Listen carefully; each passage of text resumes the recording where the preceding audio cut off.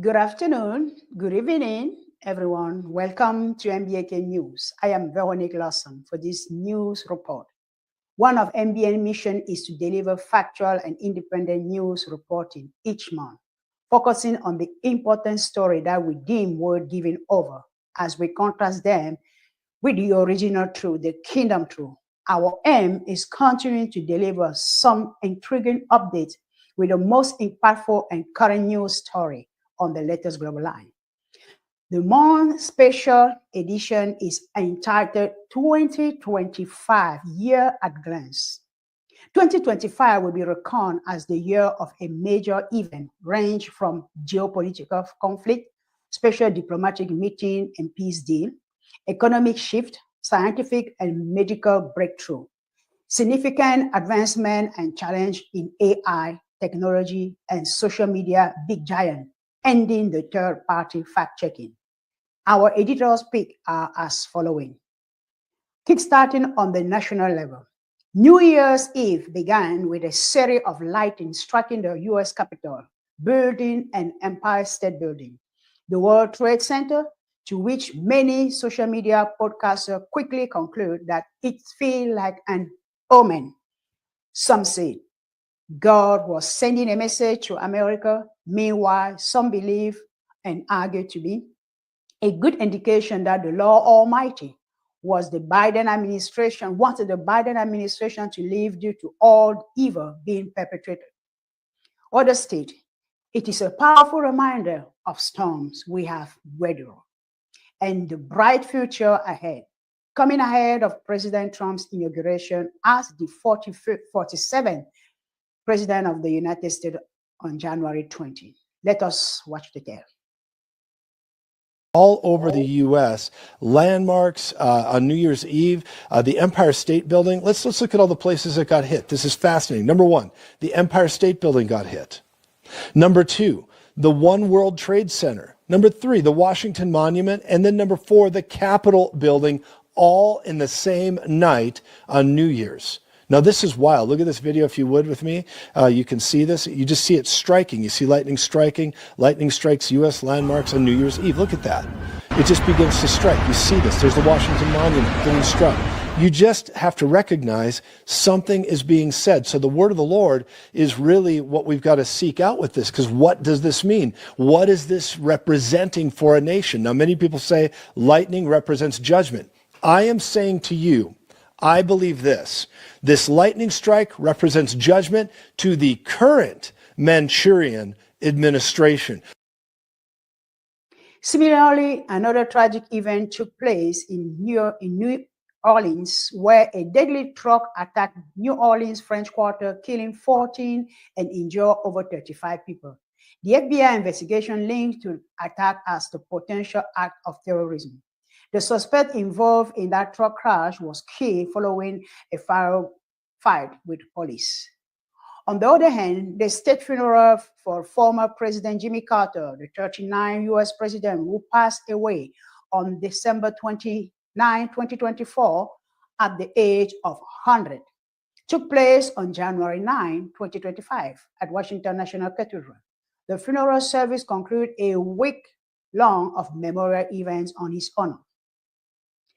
Fast forward to January 19, will be recorded as the day short video went dark on U.S. soil. More than 170 million Americans witnessed the nightmare as a federal ban on the app came into effect.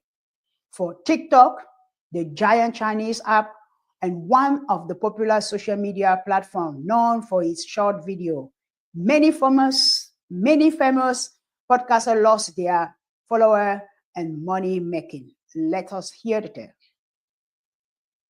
Tonight, we continue our coverage of what could be one of the most consequential Supreme Court rulings in the age of social media. New reactions from top leaders to right here in Iowa on SCOTUS making the decision today to uphold a law set to ban TikTok. So here is the direct ruling from the court. Quote, "There is no doubt TikTok offers distinctive and expansive outlet for expression, means of engagement, and source of community. But Congress has determined that divestiture is necessary necessary to address its well-supported national security concerns regarding TikTok's data collection practices and relationship with a foreign adversary. The Supreme Court said that this is not about First Amendment, this is not a violation, and that there is an interest in which the government does have in protecting its citizens and its data, and this law does stand. One question now in the back of minds for millions of TikTok users in Iowa and nationwide: what happens next? The bipartisan law passed last year bans TikTok unless its Chinese owner sells the company, citing a national security threat. The law threatens to fine tech companies like Apple, Google, and Oracle if they keep offering downloads, software updates, and data storage for TikTok. That would take effect starting on Sunday. The Biden White House says it will be up to the Trump administration to enforce the law. Sources tell ABC News Trump's team is discussing options to try and save the app. A presidential executive order could delay the ban 60 to 90 days, but only under strict conditions, showing TikTok will cut ties with its Chinese owner ByteDance. In a post to Truth Social, President-elect Donald Trump says to stay tuned. Trump says the court's decision was expected, but his decision on TikTok will be made in the not-too-distant future. TikTok CEO, who will be attending Trump's inauguration on Monday, also reacted to the ruling. He posted a video on TikTok thanking Trump for his commitment to finding a solution that keeps it available in the U.S. The biggest challenge there is that still feasible now. Because at the end of the day, this ban is part of a bipartisan law that was passed through Congress. It would take a lot for the president to be able to overrule something that's already the law. Well, thanks. That was great that TikTok is back on the U.S. soil. Perfect. Fast forward to January 20, mark the 60th U.S. presidential inauguration. The swearing took place inside the Capitol Rotunda due to some factor, bad weather and assassination threat. Meanwhile, in Los Angeles, Chicago, and Washington, multiple organizations representing a diverse collection of concern gathering to protest the inauguration of President Trump. Please pay attention to the condensed version. Thank you.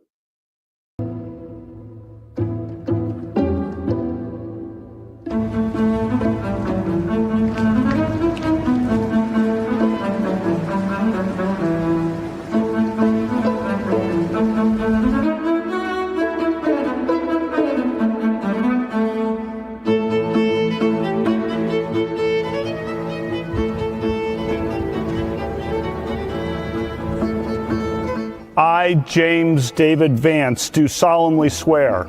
I, James David Vance, do solemnly swear. That I will support and defend the Constitution of the United States. That I will support and defend the Constitution of the United States. I, Donald John Trump, do solemnly swear. That I will faithfully execute. That I will faithfully execute. The office of President of the United States. The office of President of the United States. The golden age of America begins right now. We are at the start of a thrilling new era of national success. I will declare a national emergency at our southern border. All illegal entry will immediately be halted, and we will begin the process of returning millions and millions of criminal aliens back to the places from which they came. I will also end the government policy of trying to socially engineer race and gender into every aspect of public and private life. From sea to shining sea. And I was going to talk about the J6 hostages, but you'll be happy because, you know, it's action, not words that count. And you're going to see a lot of action.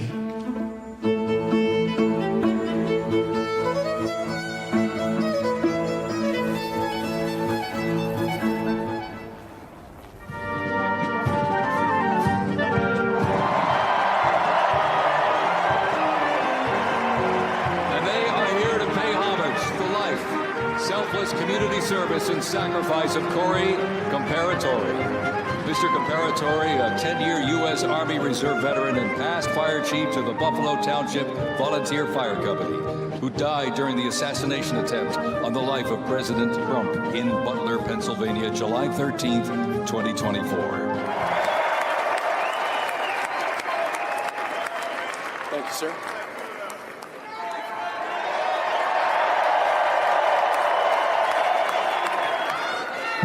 Could you imagine Biden doing this? I don't think so. I don't think so. So this is January 6th. These are the hostages. Approximately 1,500 for a pardon. Yes. Full pardon. Full pardon or commutation? Full pardon. We have about 6 commutations in there where we're doing further research.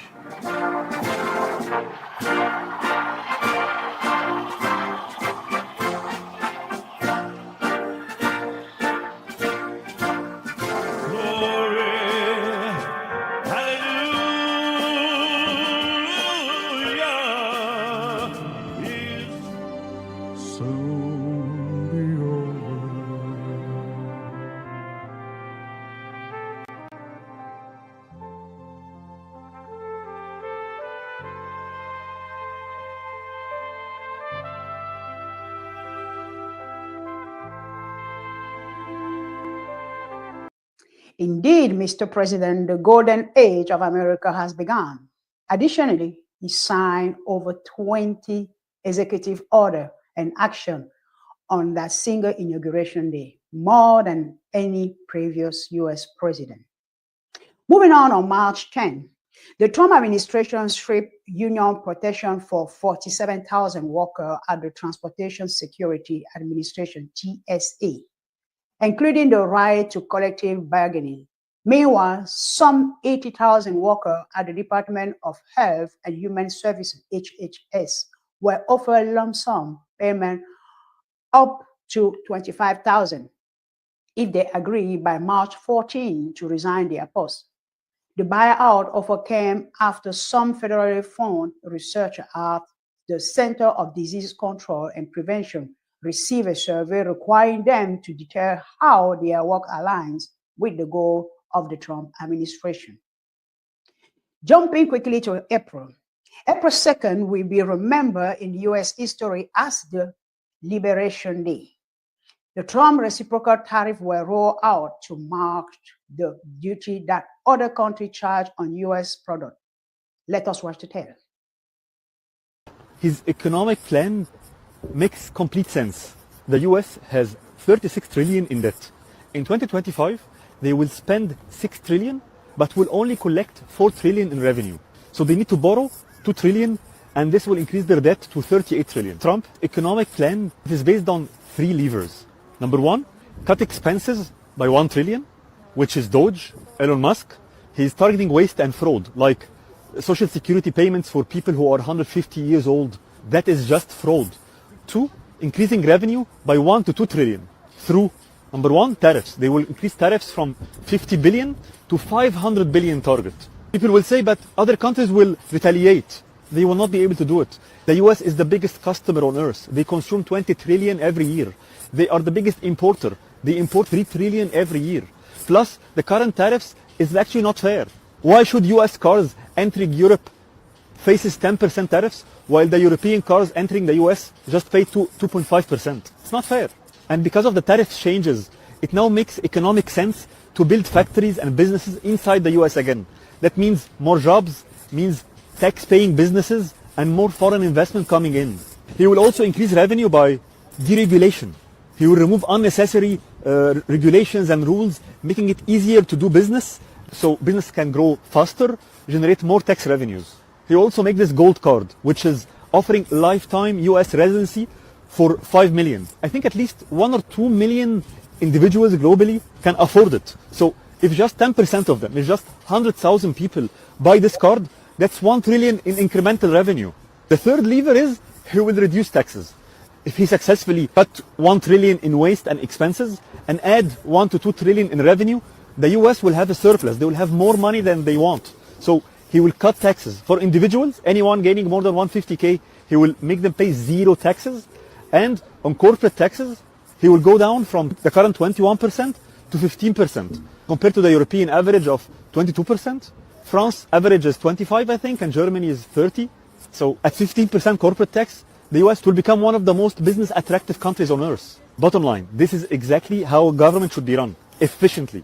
Because when you eliminate waste, the money can actually go where it is actually needed, to the elderly, to the sick, to people who cannot work. And that is the real purpose of government, to protect the weak. Very few countries have the political will to do it. It takes leaders with backbone, charisma, and clarity of vision. Do you have leaders in your country pushing for real reform, or are they talking about non-relevant side topics? And let me know if you think Trump's plan is bad, let me know why, because I think it is just common sense. Perfectly said, sir. The purpose of government is to protect the weak, and very few countries have this in place, especially the European. Next, June 6, 2025, will be recorded as protests erupted in Los Angeles after Immigration and Customs Enforcement (ICE) agent raid several city locations to arrest individuals allegedly involved in illegal immigration to the United States. Federal officer created a skirmish line to push back protester gatherer in downtown Los Angeles. Chaos erupts here in LA County. Widespread immigration raids triggering protests from Paramount to downtown. And tonight, an unlawful assembly has been declared as President Trump announces he will be deploying thousands of National Guard troops here to Los Angeles. Hello, everybody. Welcome to the News at 10. I'm Rick Chambers. Major developments during a second day of violent confrontations between protesters and federal agents who are out on the streets trying to round up undocumented immigrants. As I mentioned, President Trump has ordered 2,000 National Guard members to counter that violence. And that angered Governor Newsom, who said that the move was purposely inflammatory and will only escalate the tensions. We've got team coverage tonight of these raids. KTLA5's Lindsay Pena is in downtown LA. Sky 5 is over the situation as well. But let's go to Chris Wolf. He's in Compton tonight, where the clashes first erupted earlier. Chris?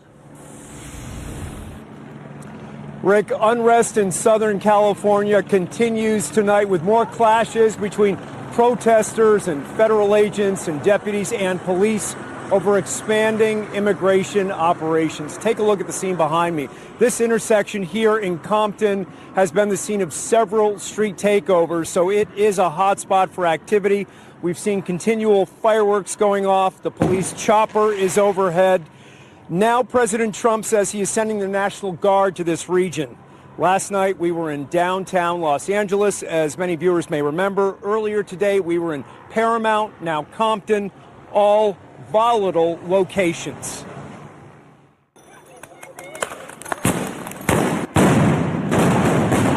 Chaos and calamity rocked Paramount Saturday on the second day of demonstrations against federal immigration operations in Southern California. KTLA was on the ground and in the air, capturing the explosive environment. The mayor of Paramount says tension escalated after U.S. Immigration and Customs Enforcement, or ICE, and other federal agents were apparently staging at or near a local Home Depot center. And ICE is here, terrorizing the community. Throngs of protesters gathered in the industrial area, sparking more clashes between law enforcement and members of the community. Crowds taunted authorities, with some people going so far as to block a U.S. Marshals Service bus, while others hurled rocks and other objects at law enforcement vehicles, according to the L.A. County Sheriff. Federal agents responded with pepper balls, rubber bullets, tear gas, and flashbangs. In the last several hours, unfortunately, the crowd has grown. We believe at this time it's at approximately 350, maybe 400. As the crowd has grown, it has become more violent. A wooden pallet and then a car went up in flames during the unrest, sending black smoke into the air. The cause of the car fire is unclear. Federal officials say the government is doing its job, enforcing the law, protecting the public, and securing borders. Opponents say this is not justice, but madness, and that hardworking people are being treated like criminals. You know, my whole family is scared, our neighbors. I came out and wanted to see what was all the commotion, and sure indeed, there were ICE agents. Yeah, beanbag. Yeah, they threw several beanbags at me. I went near them and I said, I'm here for a peaceful assembly. The Homeland Security sweeps are part of the Trump administration's unparalleled crackdown on illegal immigration.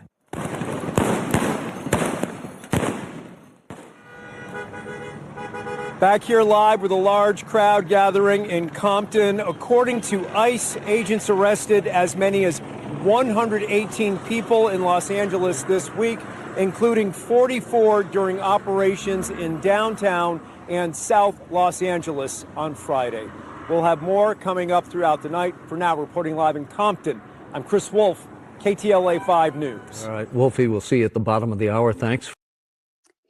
Equally important, June 14 marked the 250th anniversary of the U.S. Army. Before they were a country and a constitution, there was an army, June 14, 1775, which happened to coincide with President Trump's 79th birthday. Although the event was overshadowed with no King's Riot protest, the well-organized and much-anticipated parade in honor of the U.S. Army that took place in Washington was historical, in tenure, and unprecedented. Let us hear the tale from the Washington Times. Thank you.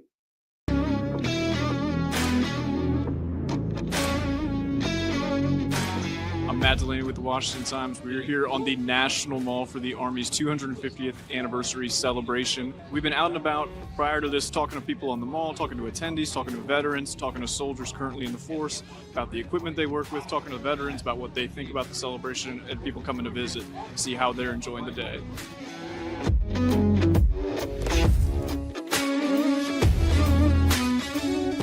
Hey, I'm Captain Michael Austin from the 75th Ranger Regiment. Captain, can you tell us what's going on in your tent here? Yeah, so set up to kind of show the public what the Ranger Regiment is, what we do, and then display some of our equipment for them. So I've got 9 guys here from across the Ranger Regiment, and just been interacting with the public since about 8 this morning. You got a favorite piece of equipment yourself? Man, for me, it's the URGI M4s. It's our standard rifle that we have. Super accurate. I love them. What's it been like talking with the people today? Oh, it's been awesome. It's been awesome. Everybody out here coming from a bunch of different backgrounds, met people from different states, different countries, and everybody is just like pumped to be out here asking lots of great questions. Some people interested in joining, which is cool. We love to motivate them to do that. And then some people just want to learn more about the Army, and that's been awesome too.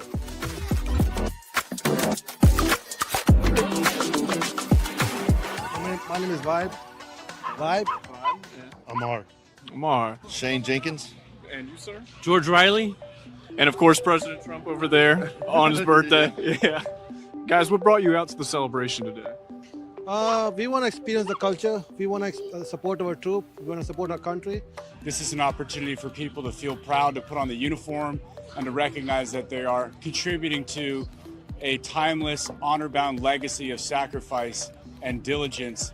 And being the vanguard for liberty is something that each of these individuals in the military, like myself, used to be, was willing to sign the blank check to defend. So we made it out, and now this is the best way to celebrate, giving back to the people, showing them that it's a pleasure and an honor to be willing to sacrifice side by side with men who are willing to do the exact same for centuries past. It's an honor to be here to support our troops, and to help boost the morale for incoming people that are looking to join the Army. It's an awesome way to show, America's strength and power and just boost the morale. I think it's an honorable thing to serve and lay down your life for your country or sacrifice years of your life for so everybody else at home can be free. You know, they're fighting for our rights. So as for myself, I was a scout sniper with the 101st, and to me, I feel like all this patriotism, the celebration of the birthday, is like finding an American flag in a mud puddle. It's got holes in it, and you take it and you clean it, and you sew up the holes, and you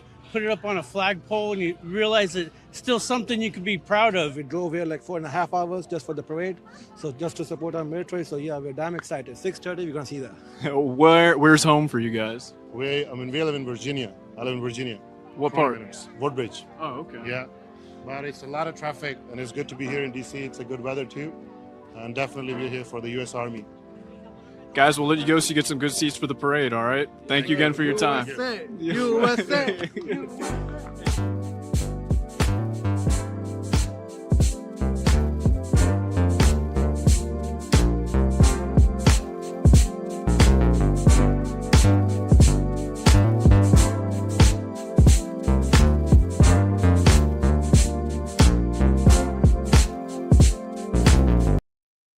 Wow. Thank you. Thank you very much. I think that was the day of a silent return of the Republic of America. Next, a big win came on June 18 that brought a profound setback on the LGBTQ community movement. In a landmark 6-3 decision, the U.S. Supreme Court upheld Tennessee's ban on gender-affirming medical treatment for minors, delivering a resounding victory for the protection of children across America. The Supreme Court ruled that states can bar doctors from providing puberty block and cross-sex hormone to minors who identify as transgender.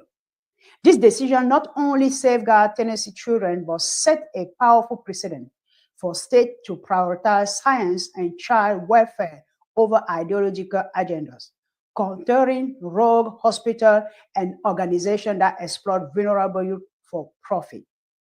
Bingo!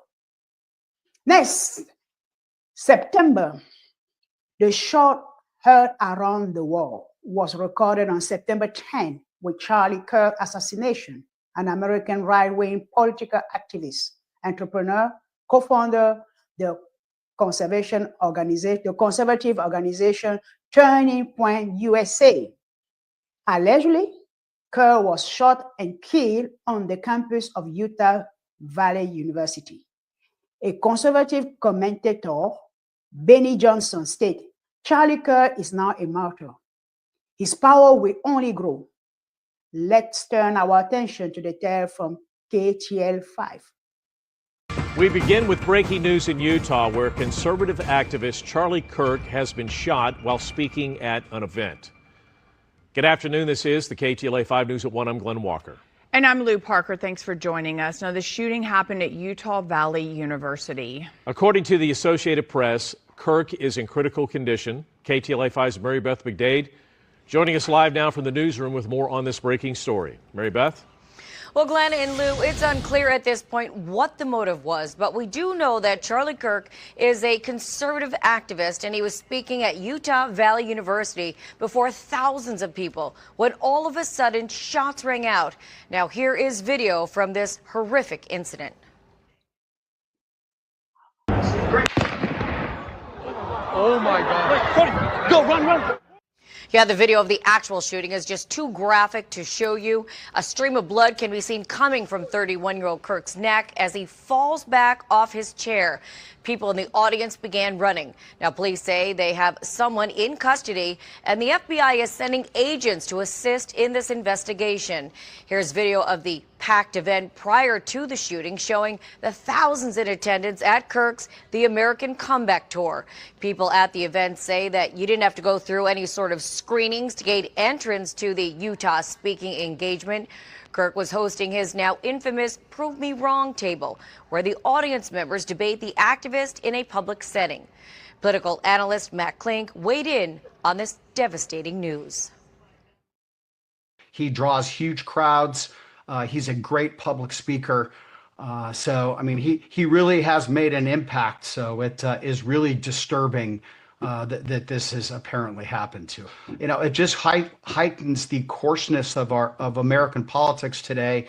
And, you know, disagreements of ideas should not be settled with weapons. Well, people on both sides of the aisle have been speaking out against this shooting. President Donald Trump released a statement on Truth Social saying, "We must all pray for Charlie Kirk, who has been shot. A great guy from the top to bottom. God bless him." Governor Gavin Newsom, who appeared on one of Kirk's podcasts recently, said on X that the attack on Charlie Kirk is disgusting, vile, and reprehensible. In the United States of America, we must reject political violence in every form. And there are just so many more statements that have been coming in. We're going to continue to bring you more of those.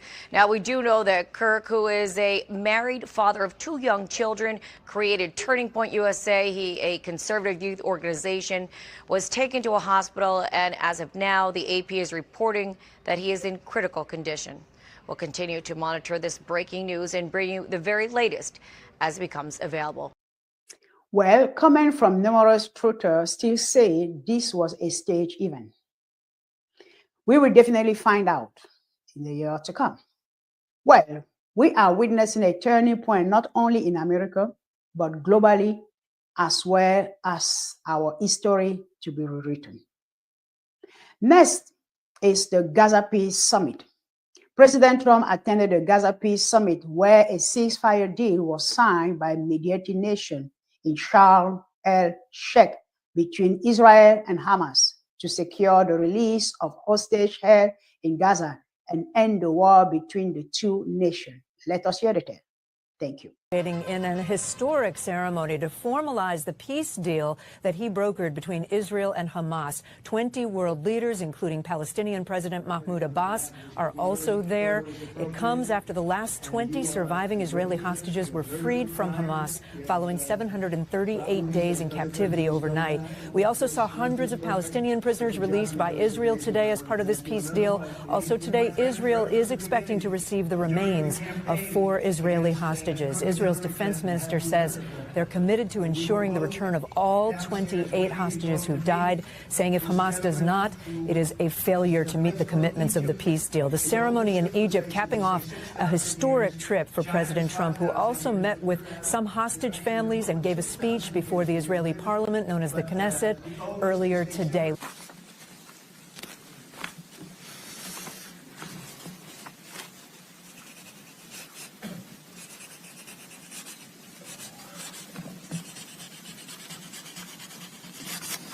Okay.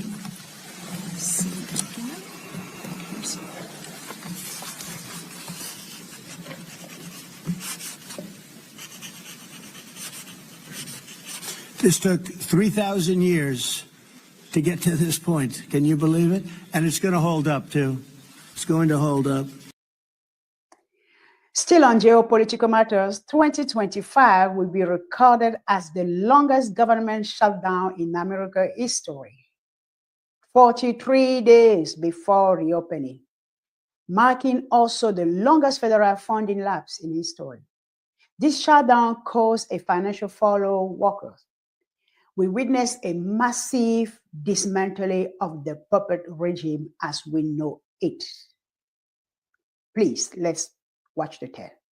Thank you. Federal government is back open. That is after the House passed a stopgap funding bill that was signed by the president last night. Now, as we take a live look in D.C., things are starting to get back up and running as we mark the end of the longest shutdown in American history.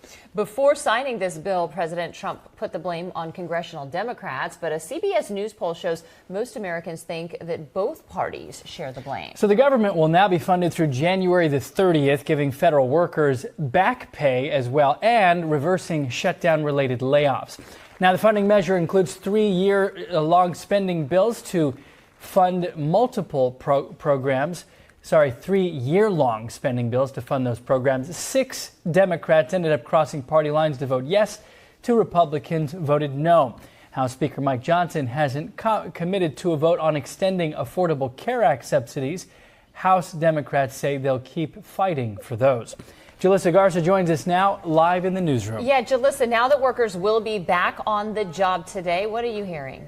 Hey, Jacob and Alona, good morning. After more than 6 weeks, the government is back open for business and federal workers are waking up to some relief. Now, Congress is already bracing for what's next. So let's go ahead and break it down. The stopgap bill funds the government through January 30th. It guarantees back pay for federal employees and reverses some shutdown-related layoffs. But the bill does not include any extensions for Affordable Care Act subsidies, a measure that still has lawmakers at odds in Washington. In truth, the subsidies are pushing the premiums up. If you look at the premium increases since these enhanced subsidies went in place, the gap has widened between the amount of subsidy the government has paid and the amount of premium that individuals paid. We did everything we could so that health insurance wouldn't go up. And when people get that bill in the mail, that new invoice in the mail, and they see that their health insurance went up, they can thank the Republicans for allowing that to happen. Meantime, federal workers are expected to see back pay as soon as early next week. And with the government reopened, air travel should start to improve. But the FAA says it may take some time for flight schedules to fully return to normal. And remember, this bill only keeps the government funded through the end of January. So Washington could be heading for another showdown in just a few weeks. Coming up at 6, I'll break down what else this means for SNAP recipients and take a closer look at those health care costs. Live this morning in the newsroom, Jalissa Garza, KHOU 11 News. Jalissa, thank you. Now, right now, one of the biggest concerns for millions of Americans is when those SNAP benefits will be fully restored. Well, the USDA says that the nearly 42 million people who rely on them should receive their benefits within the next 24 hours. Here at home, the Houston Food Bank says it will continue supporting families for a while longer, as some could still face delays in coverage. Thanks, KHOU 11, for that report. And the next question that remains is, what comes next, really? What comes next? Equally important, 2025 will be reckoned as the series of bombshell revelation and scandal, beginning with Sean Diddy Combs aka Puff Daddy, charged with 15 months in prison in October, with federal sex trafficking and racketeering, a declassified Epstein file, with names including former president and abuse. Next, FBI uncovered one of the biggest corruption scandals in American sport. This major gambling ring involved NBA coach Chauncey Billups and Miami Heat guard Terry Rozier, led to arrests of numerous people. Portland Trail Blazer coach Chauncey Billups, Miami head guard Terry Rozier, and former Cleveland Cavalier player and assistant coach Damon Jones were arrested as part of a payoff wide-ranging investigation related to illegal sport betting and rigged poker games and backed by the mafia.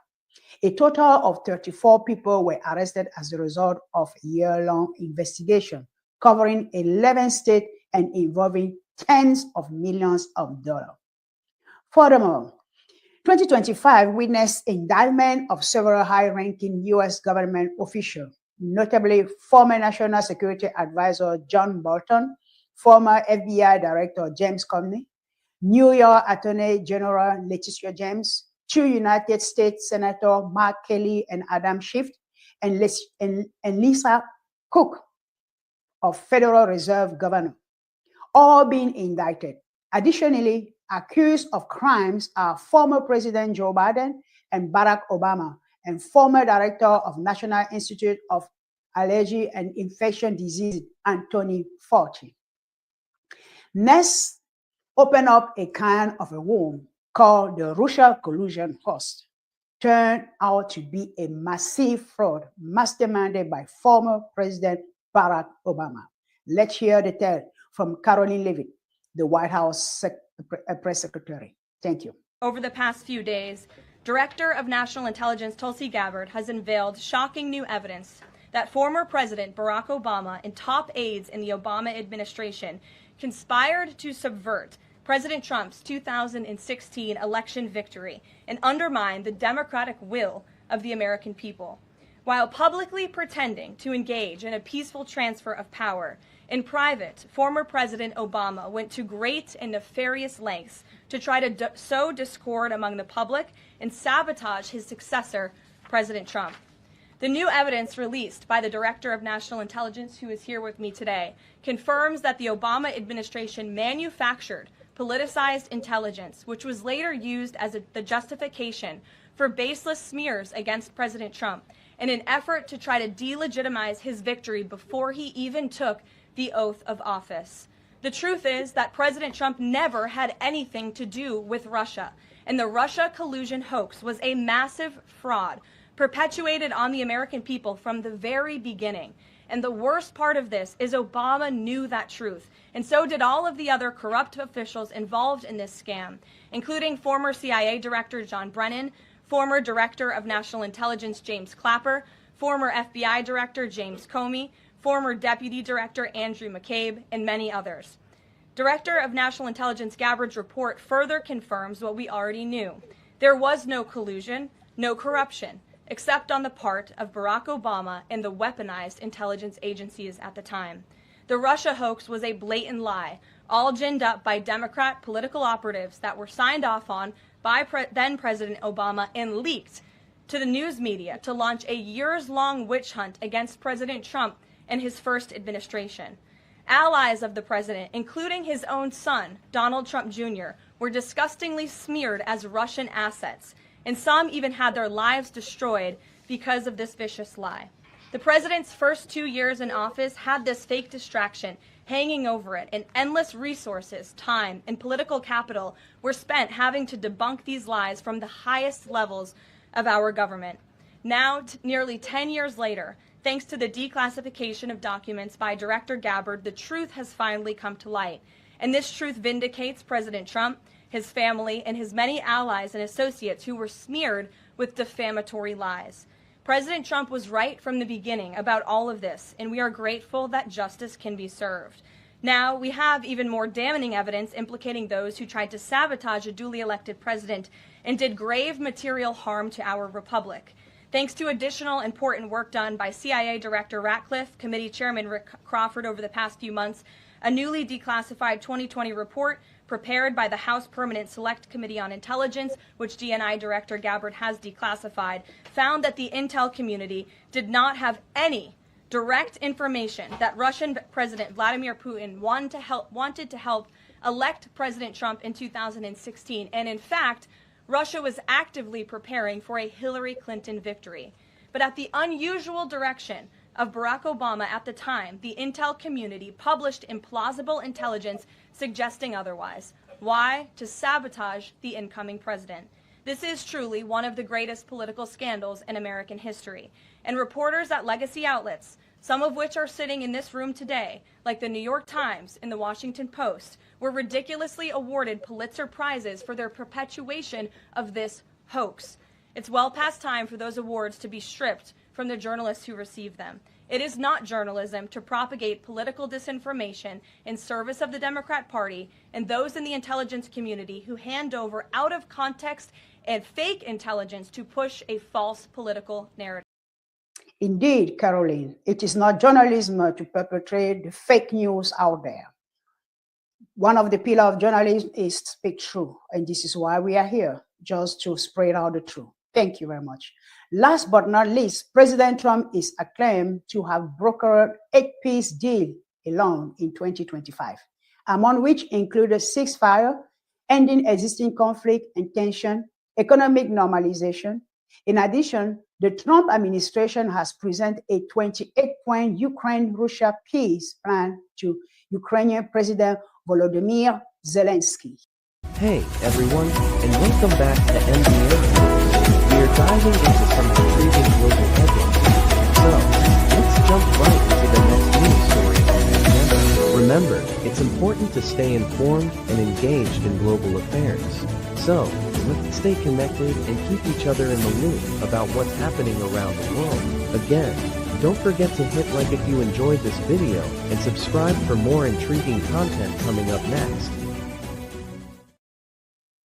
Welcome back and thank you. Next, let's turn our attention to European, Middle East, and Asia news coverage by our local news reporter, correspondent Victoria, that she's going to do the 2025 year at glance in the whole Europe, Middle East, and Asia.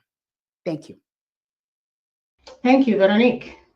Let's begin with South Korea. South Korea's Constitutional Court formally removed President Yoon Suk-yeol from office, ending a political deadlock that had gripped the country. The ruling also caps Yoon's rapid rise from the prosecutor's office to the presidency after he was elected in 2021 by the smallest margin in South Korean history. Yoon's tenure as president was rocked by scandals and protests ahead of his failed declaration of martial law, a move that triggered his impeachment and eventual downfall. Let us watch the video. His first ever interrogation of a sitting president lasted for more than 10 hours, but nothing has actually come out as impeached President Yoon Suk-yeol reportedly refused to make any statements or allow the proceedings to be recorded on video. On Wednesday morning, the Corruption Investigation Office for High-Ranking Officials, also known as the CIO, detained Yoon 43 days after his surprise martial law bid and transferred him to its headquarters in Gwacheon. Yoon entered through the rear entrance of the building, avoiding members of the press. He was then escorted directly to the interrogation room without the so-called tea time, usually reserved for VIPs. During the interrogation, 3 CIO prosecutors took turns questioning Yoon based on a 200-page questionnaire. They focused on the circumstances surrounding the surprise declaration of martial law on December 3rd, the drafting and announcement of a public address, and the deployment of military and police forces to the National Assembly and other locations. However, throughout the questioning, Yoon remained silent, refusing to answer any of the specific questions. The interrogation ended at 9:40 p.m. after lasting for 10 hours and 40 minutes. Yoon was then taken to a detention center in Uwang, where he spent the night. The entrance to the detention center was crowded with reporters, YouTubers, and protesters. Investigators were initially set to begin a second day of questioning at 2 p.m. Thursday, but Yoon's legal team said he will not appear for further questioning. Yoon's attorney Yoon Gap-keun said that the president's health wasn't good, and he stated his petition sufficiently on Wednesday, so there's no need for further questioning. Earlier on Wednesday, Yoon's legal team filed for a review of the legality of his detention with the Seoul Central District Court. Yoon had been consistently denying the legality of the CIO's probe, noting the agency is not technically authorized to investigate insurrection charges. The CIA investigators said Yoon's detention period of 48 hours has been temporarily put on hold as the court holds a session of reviewing the legality of his detainment. The court is scheduled to hold a session to review the legality of Yoon's detention at 5 p.m. Thursday. Moving on to Italy. Pope Francis, the first Latin American leader of the Roman Catholic Church, has died. And the Vatican said this in a video statement during Easter Monday. He was 88 and had recently survived a serious bout of double pneumonia. Cardinal Kevin Farrell announced the passing of the Holy Father on the Vatican's TV channel. Let us watch the news. Fratelli e sorelle, con profondo dolore devo annunciare la morte del nostro Santo Padre Francesco. Alle ore 7:35 di questa mattina, il Vescovo di Roma Francesco è tornato alla casa del Padre. La sua vita tutta intera è stata dedicata al servizio del Signore e della sua Chiesa. Ci ha insegnato a vivere i valori del Vangelo con fedeltà, coraggio e amore universale, in modo particolare a favore dei più poveri ed emarginati. Con immensa gratitudine per il suo esempio di vero discepolo del Signore Gesù, raccomandiamo l'anima del Papa Francesco all'infinito amore misericordioso di Dio uno e trino. Upon the death of Pope Francis, a new pope has been elected, Roman Pontiff Leo XIV. The conclave has elected Robert Francis Cardinal Prevost as the 267th Bishop of Rome. The new pope was announced to the waiting crowds by Cardinal Protodeacon Dominic Mamberti. Let us see.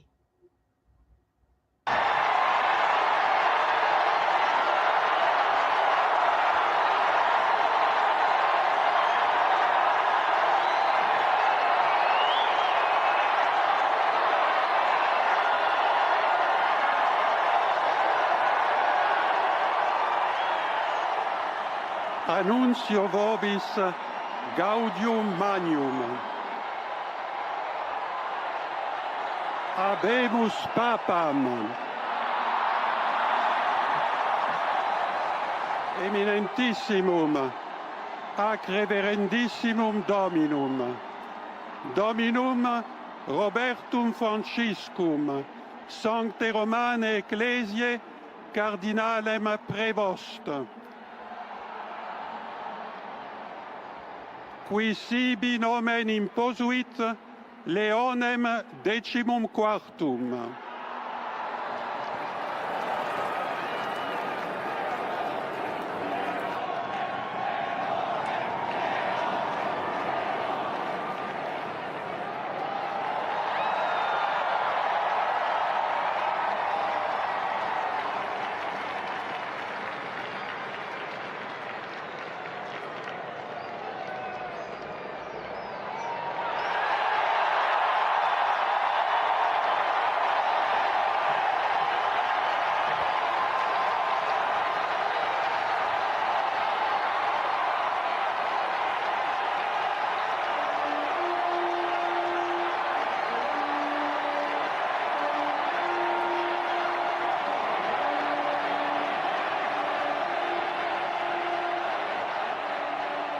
La pace sia con tutti voi. During this year, we also saw that Britain's highest court ruled that transgender women are not, in the eyes of UK law, women. A woman is defined as someone born biological female. It may seem obvious, but it took a Supreme Court judge in the UK to turn common sense into law. Let us watch the video. Today, Britain's Supreme Court answered that question. It's a seismic moment in the long, bitter and divisive debate over transgender rights, with potentially far-reaching repercussions. The unanimous decision of this court is that the terms woman and sex in the Equality Act 2010 refer to a biological woman and biological sex. In a landmark case, Britain's highest court defining what a woman is. That transgender women are not, in the eyes of UK law, women. That a woman is defined by her sex at birth. Today, the judges have said what we always believed to be the case, that women are protected by their biological sex, that sex is real. It ends a decade-long legal battle between the Scottish Government, which argued that transgender women with a gender recognition certificate are entitled to the same sex-based protections as biological women, while a women's rights group argued those protections should apply only to those born female. The court coming down on the side of the campaigners. It's just about saying that there are differences, and biology is one of those differences, and we just need protections based on that. That women are biological females, not a man with a certificate. It's fundamental reality. Among the group's supporters, author J.K. Rowling, who reportedly donated tens of thousands to their campaign, and today celebrated with this. What the fuck does J.K. Rowling have to do with any of this, dude? The consequences of potentially far-reaching, with those born male able to now be excluded from women's sports, changing rooms, public bathrooms, hospital wards and refuges. Women can now feel safe that services and spaces designated for women are for women. Meanwhile, in summer, Western Europe saw its hottest June on record. A climate change watchdog has said, and the European Copernicus Climate Change Service said temperatures in the region hit an average of 20.5 degrees centigrade, and it was recorded as the warmest June globally. Let us watch. Hottest June on record, and last month was the third warmest June globally. That's according to a new report from the European Copernicus Climate Service. It's one of the main global climate data providers. This comes as the world is experiencing extreme weather. Heavy rain caused flash flooding in the US state of New Mexico. One house was swept away. A man and 2 children died. It follows devastating floods in Texas on Friday. 170 people are still missing and more than 100 are known to have died. And in Europe, more than 100 people have been injured in a wildfire that's reached the outskirts of Marseille, France's second largest city. At least 400 people were evacuated from their homes. Tourists have had to adapt to the heat too. In Greece, the much-visited Acropolis was empty on Thursday after heat forced a temporary closure. Separate research conducted by Imperial College London found that the recent record-breaking heatwave experienced across European cities in June and July led to the deaths of around 2,300 people. Of those deaths, 1,500 were a result of climate change increasing the heat by 1.4 degrees Celsius. Well, the study looked at 12 cities, including London, Milan, Barcelona and Madrid. And we can cross over live to Madrid to speak to my colleague, Guy Hedgecoe, who joins us from this city, which you yourself, Guy, witnessed firsthand sweltering temperatures. Just talk us through what's happening. Well, that's right. Just a few days ago, we had a heat wave that was sweeping the entire country, creating temperatures of into the low 40s Celsius in some parts of the country, certainly in the south and in the northeast. Now, the heat wave has abated somewhat, but we have got wildfires at the moment in the northeast, in the Catalonia region, in the province of Tarragona. Now, these wildfires have been burning since the beginning of the week. They've already burnt 3,300 hectares. Half of that land which has been burned is a natural park. So it's caused a great deal of damage already. But we have been told that this fire has stabilized at the moment. That was the latest we heard. That doesn't mean it's necessarily under control. Certainly doesn't mean it's been extinguished. But the rapid spread of the fire does seem to have been halted. 18,000 people were confined to their homes yesterday, told not to leave their homes because of the fire. That restriction has been lifted slightly. So firefighters are optimistic, but a lot's going to depend on a storm this afternoon and how the wind and the rain behaves during that storm, which is due in a couple of hours. So as we await that storm in neighbouring France, of course, Marseille, we already mentioned there are fires there as well. A lot of concern as to the situation on the ground there too. Yes, and yesterday we saw that the airport in Marseille was closed down for most of the day, causing enormous disruption. The fire has come extremely close to the city, and more than 100 people injured, including police officers and firefighters as well. Now, the mayor of Marseille has said that he believes that the fire is decreasing. So there seems to be some optimism there that things could come under control. But again, that fire is going to depend a great deal on the conditions. It's going to depend on the wind and any rain that there might be as well. So really, the future of that fire as well will depend on the weather. Guy, as always, thank you so much for bringing us up to date with the situation in France as well as in Spain. Guy Hedgecoe there speaking to us from Madrid. Indeed, it was hot this summer here in Spain. Now, US President Donald Trump was greeted by King Charles when he arrived in the United Kingdom for his historic second state visit. Trump traveled to Windsor Castle in a procession of horse-drawn carriages. Upon arrival, he inspected an honor guard of soldiers. During his visit, the president also joined First Lady Melania Trump at St. George's Chapel and was also treated to a tour of the royal collection. Trump is the only US president to be given the honor of a second UK state visit. Let's watch the video. kicked off a second state visit to the UK with a royal welcome at Windsor Castle. Now, this trip is a mix of royal pageantry, diplomacy, and business deals, with the two countries announcing a new tech partnership.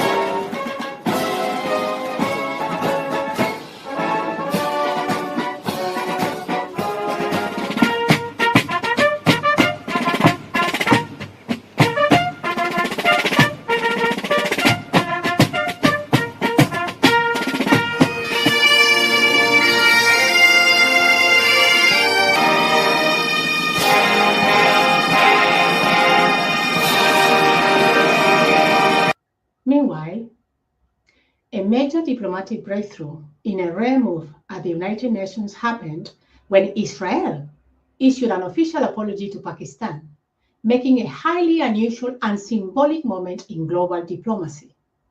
This signaled a shift in international dynamics. Let us see. But today it is totally exposed. President, this council has spent decades discussing the situation in the Middle East and the Palestinian question. Meeting after meeting, we devote hours to this agenda. It is not because of anyone else. It is because of Israel that refuses to vacate its illegal occupation, and that blatantly violates the resolutions of this council. It's because of that we have these discussions. Israel also chose to refer to an unrelated incident and make misleading remarks regarding Pakistan in an effort to justify its own illegal actions and violations of international law. Pakistan's position on that incident has been clearly stated and is publicly available. The international community is well aware of Pakistan's frontline role and sacrifices in the international community's fight against terrorism. The entire world, including our partners, acknowledge that Al-Qaeda was largely decimated due to Pakistan's counterterrorism efforts. And we remain committed in this global, collective endeavor. We cannot accept insinuations from an irresponsible rogue state that is, in fact, the perpetrator of worst kind of state terrorism that we are witnessing in Gaza and, in fact, in the occupied Palestinian territories for decades. And we reject any false analogy, as has also been done by Qatar. For whatever way it interprets the statements in this council, the occupying power must go back and read carefully the statement issued by the Security Council today. And let me read it out loud here. A statement that normally should have been stronger, but nevertheless has been unanimously adopted by the Council. The members of the Security Council expressed their condemnation of the recent strikes in Doha, the territory of a key mediator, on 9 September. They expressed deep regret at the loss of civilian life. Council members underscored the importance of de-escalation and expressed their solidarity with Qatar. They underlined their support for the sovereignty and territorial integrity of Qatar in line with the principles of the UN Charter. Council members recalled their support for the vital role that Qatar continues to play in mediation efforts in the region and alongside Egypt and the United States. Council members underscored that releasing the hostages, including those killed by Hamas, and ending the war and suffering in Gaza must remain our priority. In this regard, they reiterated the importance of the ongoing diplomatic efforts of Qatar, Egypt, and the United States, and called for the parties to seize the opportunity for peace. That is why we are here this afternoon in this council. I thank you. Now, Prince Andrew decided to relinquish his royal titles due to ongoing accusations that distract from the royal family's work. In a statement, he emphasized his commitment to family and country, affirming his decision to stand back from public life while maintaining his status as a prince. The change takes immediate effect following discussions with the king and other family members. However, not long after that, King Charles, his brother, stripped him of his prince title to be known only as Andrew Mountbatten Windsor, a normal commoner just like you and I. Let us watch the news. That he has relinquished his royal titles. A statement reading, in discussion with the King and my immediate and wider family, we have concluded the continued accusations about me distract from the work of His Majesty and the royal family. I've decided, as I always have, to put my duty to my family and country first. I stand by my decision 5 years ago to stand back from public life. With His Majesty's agreement, we feel I must now go a step further. I will therefore no longer use my title or the honours which have been conferred upon me. As I've said previously, I vigorously deny the accusations against me. The King's brother had already stopped his role as a working royal and lost the use of his Royal Highness title. Controversy has followed the Prince over his links to the sex offender Jeffrey Epstein. The loss of his royal title will take immediate effect. He will remain a prince, a title he has had from birth, and is expected to stay in his Windsor home, Royal Lodge. News that has come to us in the last minute or so from Buckingham Palace. His Majesty the King has today initiated a formal process to remove the style, titles and honours of Prince Andrew. This statement coming into us in the last 10 or so seconds from Buckingham Palace. And I'm going to read to you exactly what this statement says. Prince Andrew will now be known as Andrew Mountbatten Windsor. His lease on Royal Lodge has, to date, provided him with legal protection to continue in residence. Formal notice has now been served to surrender the lease, and he will move to alternative private accommodation. these censors are deemed necessary, notwithstanding the fact that he continues to deny the allegations against him. Their Majesties wish to make clear that their thoughts and utmost sympathies have been and will remain with the victims and survivors of any and all forms of abuse.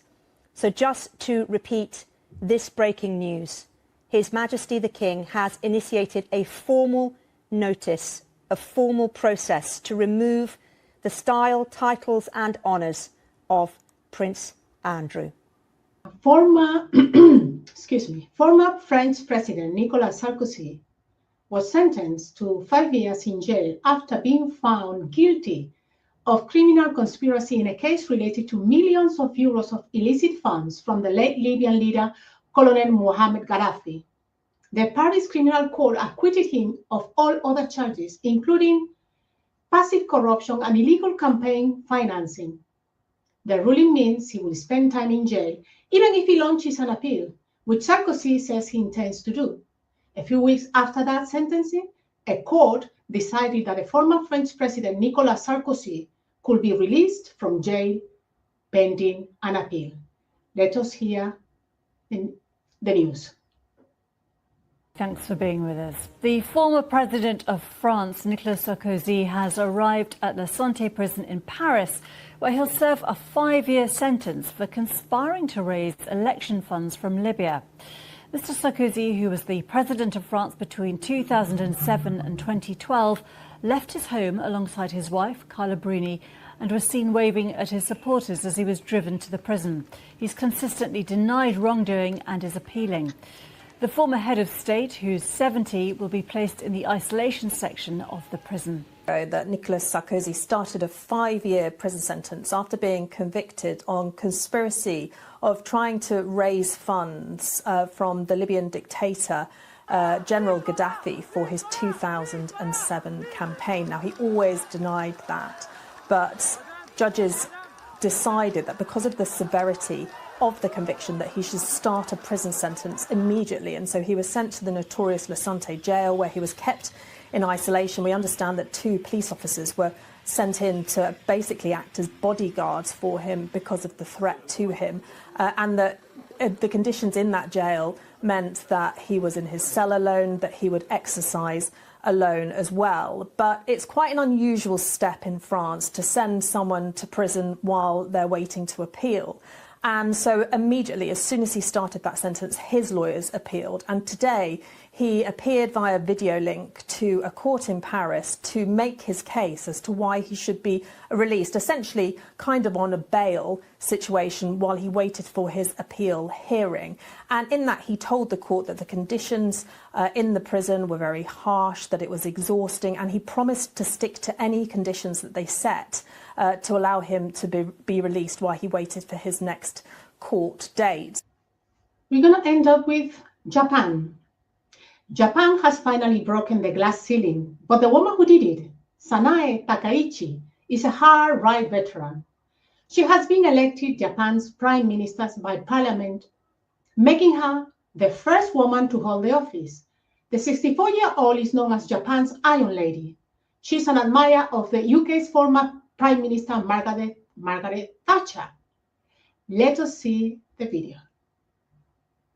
Country is set to have its first ever female Prime Minister. It's after, in the last few minutes, Sanae Takaichi won the ruling Conservative Party leadership election, and these are live pictures from Tokyo where you can see her there on stage. She has been talking. Let's go live to our Tokyo correspondent, Shaima Kail. Shaima, history made. What's she been saying? A history-making moment here for Japan as the country is set to have its first ever female prime minister. A moment I would say that many Japanese people, including Japanese women, thought would never. Well, indeed. This year has been marked with many unprecedented moves in the geopolitical arena, royal scandals, modern age upheavals. Let us hope that next year, 2026, will continue to bring changes beneficial to all of us on planet Earth. That's it for me. Back to you, Veronique. Thanks. Hey, everyone, and welcome back to MBN. we're diving into some intriguing global headlines. So, let's jump right into the next news story. Remember, it's important to stay informed and engaged in global affairs. So, let's stay connected and keep each other in the loop about what's happening around the world. Again, don't forget to hit like if you enjoyed this video and subscribe for more intriguing content coming up next. Thanks, Victoria, for the beautiful European, Middle East, and Asia year-at-glance news coverage. Wow, indeed, we have a lot to cover. My goodness. Welcome back again, and it is great to stay up to date with the latest development on health. So now let's turn our attention how the 2025 shaped the health department from our health news reporter, Aida. Thank you. Thank you, Veronique. So today we're going to have a highlight for all the health news for 2025. So let us start. The first news is when President Trump removed the United States from the World Health Organization. Let us watch. Meantime, has urged the U.S. to reconsider its withdrawal from the Global Health Agency. It comes a day after President Trump signed an executive order pulling out of the UN agency, saying it mishandled the COVID pandemic and took unfair payments from the U.S. The WHO responded to the decision today at a United Nations press briefing. We hope the United States will reconsider, and we look forward to engaging in constructive dialogue to maintain the partnership between the United States of America and WHO for the benefit of the health and well-being of millions of people around the globe. The U.S. is the WHO's biggest financier, contributing about 18% of its overall funding. Its 2024-25 budget was $6.8 billion. The withdrawal process could take up to a year. Next, we have that the President Trump restrict gender transition to minors. That's one of my favorite news. Let us watch. An executive order to restrict gender transitions for minors. The order seeks to end federal support for medical procedures aimed at altering sex or gender, which includes surgery for the use of puberty blockers or sex hormones. This action impacts minors, anyone under the age of 19 years old. This order calls for the Secretary of Health and Human Services to, quote, take all appropriate actions to end the use of gender-affirming care for young people. 26 states, including Indiana, have passed bans on gender-affirming health care. Next, we have that R.F. Kennedy Jr. becomes our health secretary for the United States. Special cabinet nominees has been confirmed by the US Senate. Let's go to our North America correspondent, Cayman Gock. Cayman, I think quite a few of our viewers are going to be familiar with Robert F. Kennedy Jr., but he's just been confirmed as health secretary. James, that's right. And he was considered not only controversial, but also one of the most vulnerable picks of Donald Trump's, because there was bipartisan concern and criticism over his previous scepticism about vaccines and his previous comments pushing conspiracy theories. But in the end, only one Republican senator voted against him. All others fell in line with Donald Trump's wishes.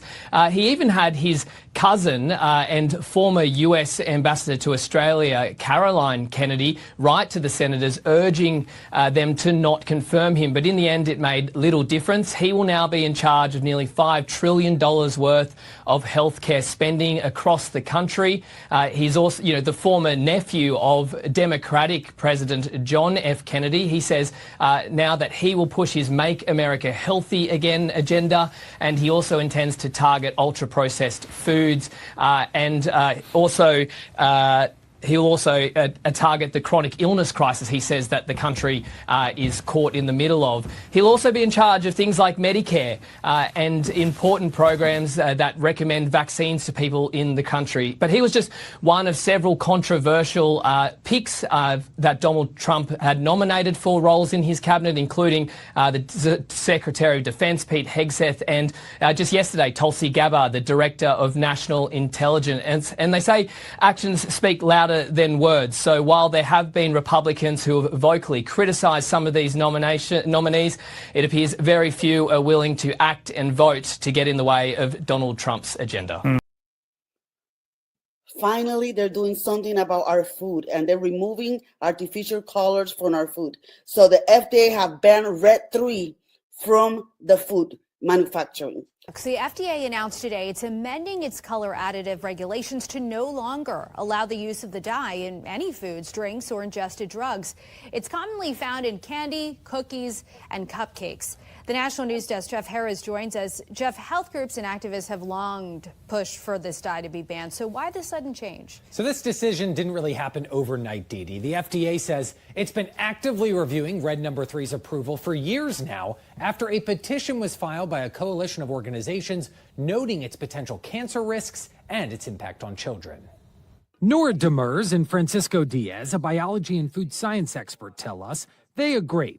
Banning Red No. 3 from all food products is a step in the right direction. This is absolutely a positive move. From the public health point of view, you would say that yes, it's a good move. Red No. 3 is a synthetic dye that gives food and drinks a bright cherry red color. It's typically found in sweets and some ingested drugs, like acetaminophen. All sorts of ultra-processed foods that have bright colors that are being marketed to appeal to children. Jamie Allen, a toxicology expert, tells us there's no need to panic. If you have food with Red No. 3 in it, there's no need to throw everything away. It's just going to be just fine to consume what you have. The dye, which is made from petroleum, was approved for use in foods back in 1907. But Allen says for years, advocacy groups have been fighting to get its approval revoked. While it has significant health concerns, along with that potential risk for cancer, it can also cause behavioral problems, specifically in children. Allen says, although the dye is now banned, other synthetic dyes like Red No. 40 are still legal to use, which is why she hopes today's news leads to a more in-depth conversation. Whether to ban synthetic dyes all around or whether to ban a larger proportion of synthetic dyes. Now, the FDA has given food manufacturers until January 15th, 2027 to remove all Red No. 3 from its products. Dietary supplements will get an additional year. Some states like California already have a ban in place. Reporting for the National News Desk, I'm Jeff Harris. Finally, we are addressing Black maternal health crisis. Let us watch. Organizations and public health agencies nationwide are working to bring awareness to improving health outcomes for mothers, but especially Black women. Black women are 3 times more likely to die from pregnancy-related causes than white women, and according to the CDC, disparity in the rate of Black maternal deaths is still seen in the most recent data. And joining me now is family physician and health advocate Dr. Bayo Curry-Winchell. Thank you so much, Dr. Bayo, for being here. What do people not realize about Black maternal health? They don't realize that this goes beyond access. This impacts Black women across all social economics. It doesn't matter about your education, where you live, your profession. You have a higher risk of dying giving birth.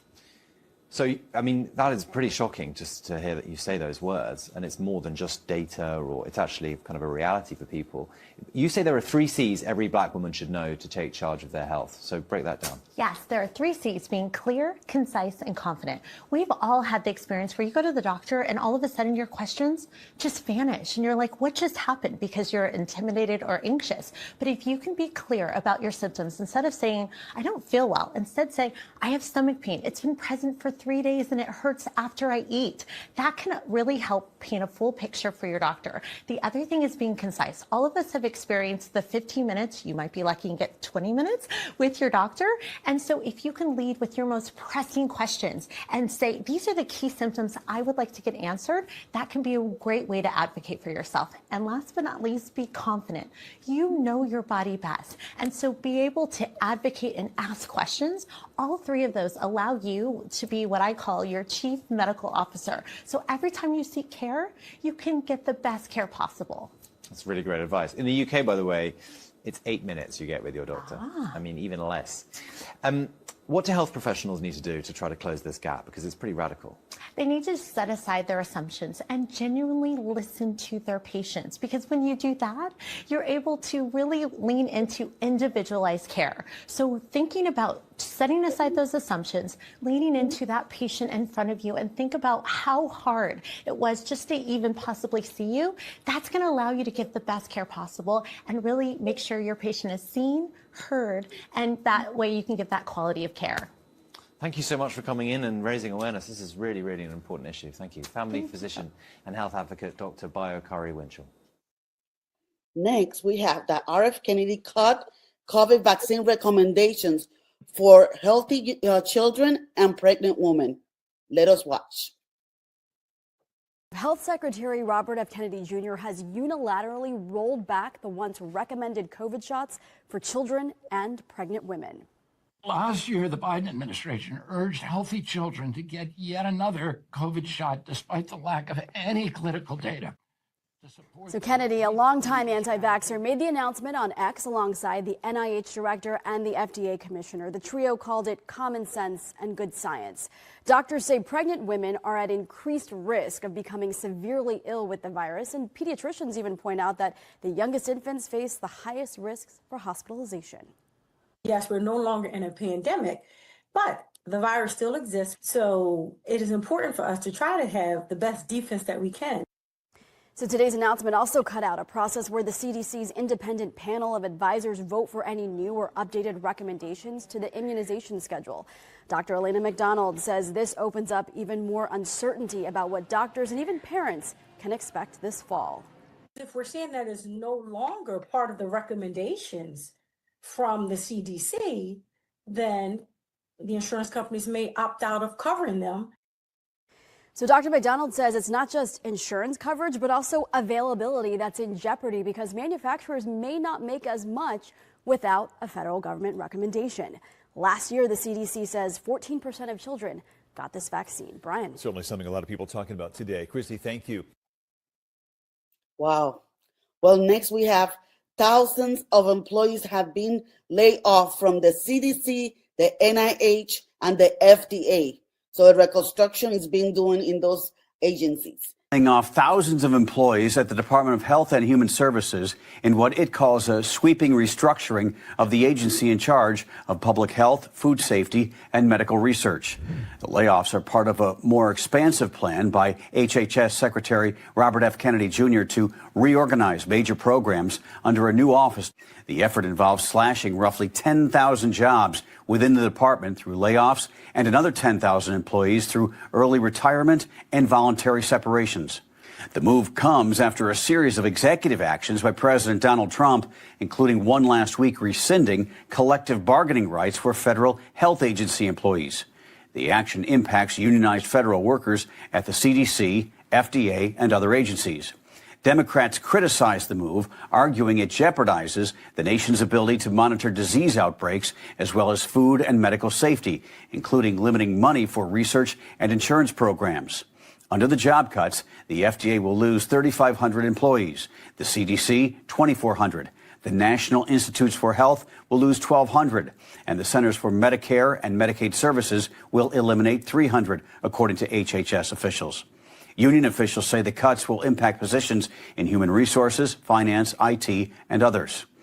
RFK Jr. recently criticized the agency for having a sprawling bureaucracy while failing to improve Americans' health and promised to do more with less. During the Biden administration, HHS's budget increased by 38%, and its staffing increased by 17%, but all that money has failed to improve the health of Americans. I want to promise you now that we're going to do more with less. No American is going to be left behind.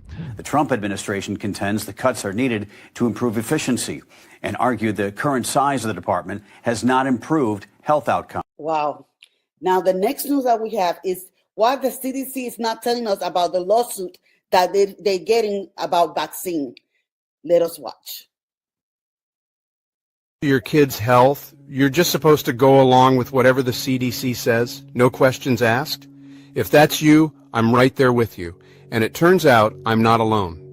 Right now, there's a huge lawsuit calling out the CDC's vaccine exemption policy. and it's turning the medical world upside down. Here's what's happening. For decades, the CDC has set the rules on when a child can skip a vaccine using a framework that's, well, let's just say really rigid. It only considers certain narrowly defined short-term reactions like a severe allergy or anaphylaxis, family history, prior injuries, chronic health issues. According to the CDC, those don't count unless they fit a tiny list of criteria. And here's the kicker. Most states have adopted this framework as law, so doctors have almost zero say. Now, two doctors, Paul Thomas and Kenneth Stoller, and the Stand for Health Freedom group are suing. Why? Because they say the CDC has never tested the safety of the entire childhood vaccine schedule as a whole. Not once. That means even as kids in the U.S. now get more than 50 vaccine doses before adulthood, there's no research on the long-term or cumulative effects of that schedule. The National Academy of Medicine has been telling the CDC to do this research for over 20 years. No action. Meanwhile, rates of chronic illness like asthma, autoimmune disease, and autism have exploded. Over half of U.S. kids now have a chronic condition. And get this, doctors who see problems and try to help families by writing individualized exemptions, they're losing their licenses. Dr. Thomas in Oregon, Dr. Stoller in California, both stripped of their right to practice for not following the CDC's one-size-fits-all rules. Parents whose kids had bad reactions, they're told to keep vaccinating or get kicked out of school. It's not like this everywhere. In Sweden and Japan, vaccine recommendations are more flexible. Doctors and parents actually talk it out together. Fewer shots, more choice, and yet vaccine coverage is still over 95%. So what's the lawsuit demanding? 3 things. Declare the CDC's exemption policy unlawful, halt its use until real safety studies are done, and make all exemptions a shared decision between doctor and parent. Bottom line, every family deserves honest answers, a real say, and the freedom to make truly informed choices for their kids. This isn't about being anti-vaccine. It's about demanding scientific accountability, medical freedom, and a system that puts children's health above bureaucratic routine. If you care about transparency, choice, and your child's well-being, now's the time to pay attention. Because the outcome of this fight might just change how medicine and parenting works in America. Wow. Well, last we have that the latest in the study that they have done between vaccines and autism.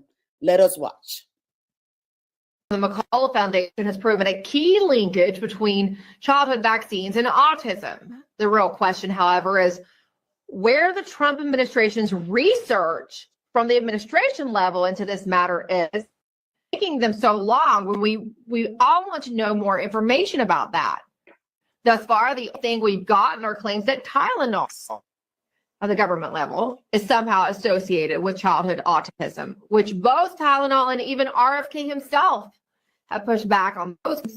Tylenol is now even suing RFK for those claims, which is why he recently came out and clarified Tylenol's alleged link to childhood vaccines.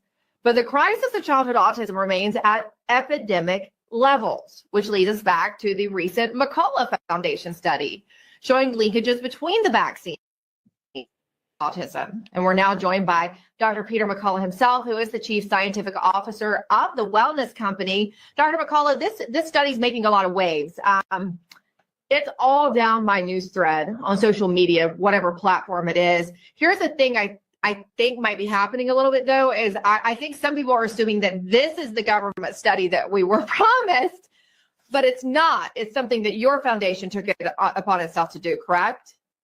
Right. The McCullough Foundation received independent funding to essentially do the work we expected our HHS government officials should do. You know, they have billions of dollars of money in budgeted divisions within HHS, and they have tens of thousands of employees.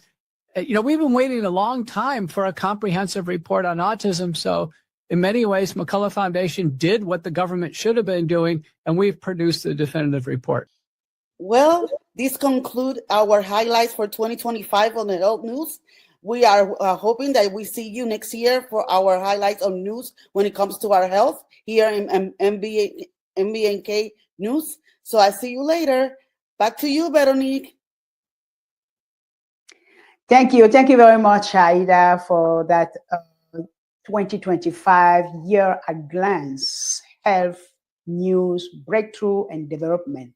Wow. Indeed, we are witnesses of dismantling in almost every area of our life. Welcome back again to all of you. As we wrap up this long year edition, we are living in a fast-paced, changing world. Far too much to catch up within 24 hours. And how about a whole year? We only just scratched the top, best part of really what took place this 2025. In less than a month from now, 2025 will be speaking in the past tense. However, our collective minds have captured a lot, among which psychological warfare, misinformation, and disinformation done by design. Dismantling of the old guard, shifting in programming, justice being served, and much more that our memory will recall into our remembrance for many, many years to come. So let's stay connected and keep each other in the loop about what's happening around the world. Today, also, December 4th, is also marking our last show for this 2025 year, and we are going to take a break. We will resume in January 12, 2026. We would like to also wish you all our followers, all our audience from various platforms, a beautiful end of year and a great kickoff for 2026. May you have such a wonderful time together with your family and enjoy the moment. Enjoy these holidays. Enjoy your family. Spread love, love, love, and shine your light. That wraps up MBNK News 2025 year at glance, special news edition on Global Airline. Thank you for joining us on this journey. Remember to hit that like button and subscribe for more updates. Stay informed, stay updated, and stay safe out there. You could always send us an email during the break, and then we will be able to respond to you. Thank you very much. Signing off, MBNK, Veronique Lawson. And see you next time.